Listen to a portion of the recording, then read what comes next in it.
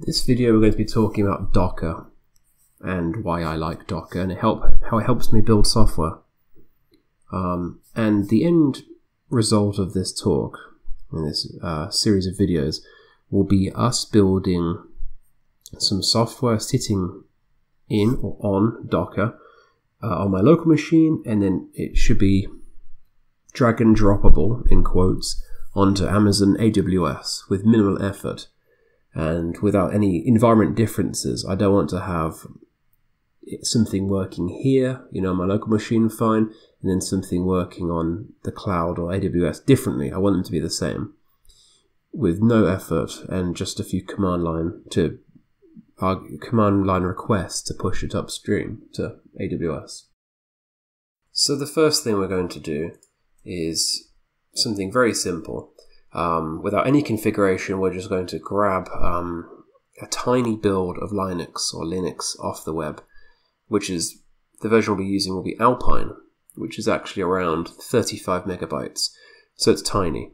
If your machine doesn't have it, it will grab it off the internet within a few seconds, depending on your connection speed, and have it running. So we get started and we issue the command docker run -it alpine, which is what I'm after, version 3.5, and execute command bin ash. And ash is synonymous with bash or an interactive shell. So the -i is interactive and T is for the tag alpine.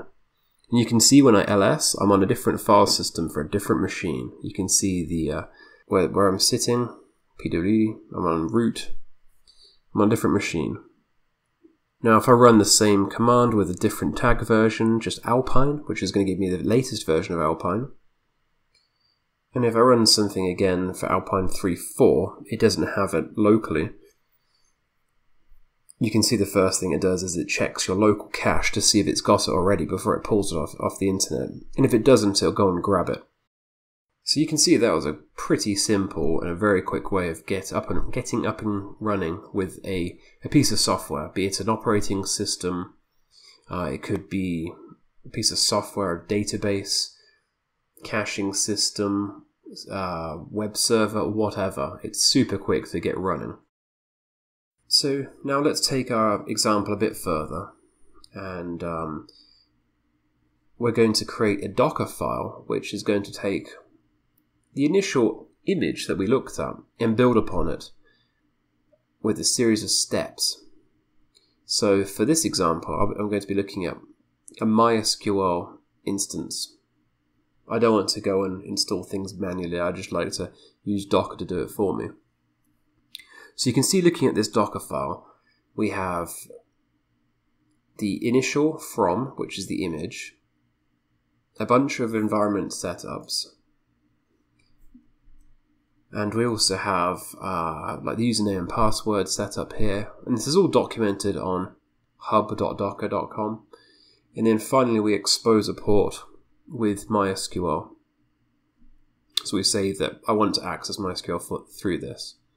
So the Dockerfile, if you've ever seen Puppet or the like, in my mind it's just a recipe. You've got all the ingredients and you're just showing how to make it. So when you build a Dockerfile, when you take these ingredients in the Dockerfile is the recipe, you make it, you're creating an image. That's what it's called in Docker world. So an image is synonymous in software with a class. It's a blueprint of how to do something. And in Docker world, you take the image and you make containers from it. So you'll have one image, but you could have 10 different containers. And each container will be effectively like a runtime instance of the image. And your containers could vary slightly between each of them. You might have, in my example, if you've got MySQL running, you might have different data in each of the containers. In the world that we'll be looking at, we'll just be using one container. We can start and stop and pause and the like. So now let's action the building of our recipe or our Dockerfile. So we say docker build -t, we can give it a tag so we can keep track of it, so it gives us a meaningful name. And then dot being in this folder. I'm in the MySQL folder where the Dockerfile exists. So I'm saying, please build it in here and call it YouTube MySQL for this video. So there's some interesting stuff visible there. You can see that there's a bunch of rows, and some of the rows it's found in the cache. And basically for each row, for each line in your Dockerfile, I'm going to simplify it by saying each line. Docker creates a new layer on the file system.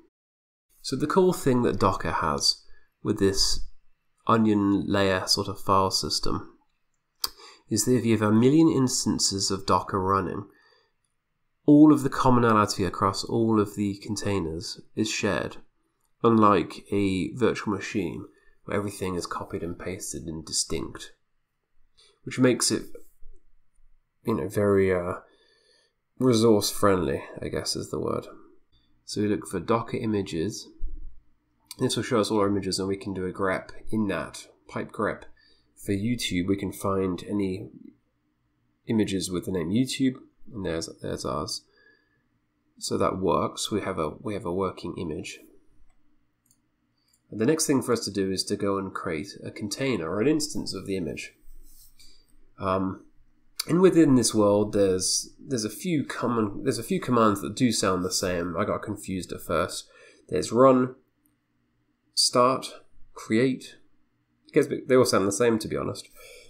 In this example, I'm just using run, and run will do is basically a wrapper for create, which will create a container and then start it straight away.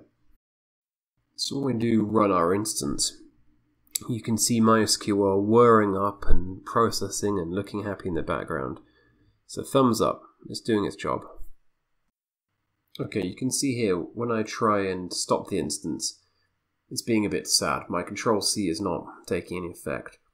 But as this is a container or an instance, we can programmatically talk to it and ask it to stop. So if we do docker ps, that's going to show the current running processes with a unique container ID number or hash. If we do a stop on that instance, you can see it stop.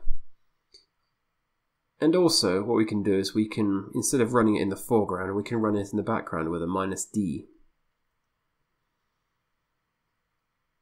So when we do that, that's going to create a daemon or whatever, a background instance, and be running silent in the background. And then we can connect to it. So here I've just done when you do a run -d, it dumps the identifier of the instance. And then we can say, actually, execute or exec, interactive it, and the ID for the instance, and then bin bash, right, to connect to the Linux running MySQL. And you can see that I'm in, and I can talk to MySQL. I can connect to the database using these credentials. I've got my username, my instance set as dev, my username set as, my password set as let me in. So there we go, a running MySQL instance. That's quite handy. So in this video you've seen how to call and run an instance of Alpine Linux taken straight off the internet without any configuration. And we've also done some configuration defined in a Docker file to build a custom MySQL server. A simple one at that. And connect to it. So I hope that was helpful for you and perhaps piqued your interest into useful technology and some of the things that it can do. It definitely helps for sharing systems amongst developers and creating an exact copy with minimum storage. You only need to find anything you're saving and distributing amongst the developers is a Docker file or something along the lines of that. a definition file, and it builds itself exactly the same for each person in the development team. And in theory, upstream for a cloud computing system such as AWS. One of my goals is to build a development environment for my local machine with MySQL as the database, because it's free and easy.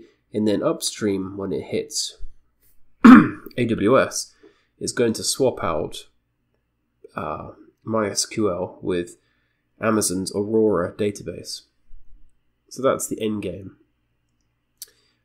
Please like and subscribe if you enjoyed the content, and thanks.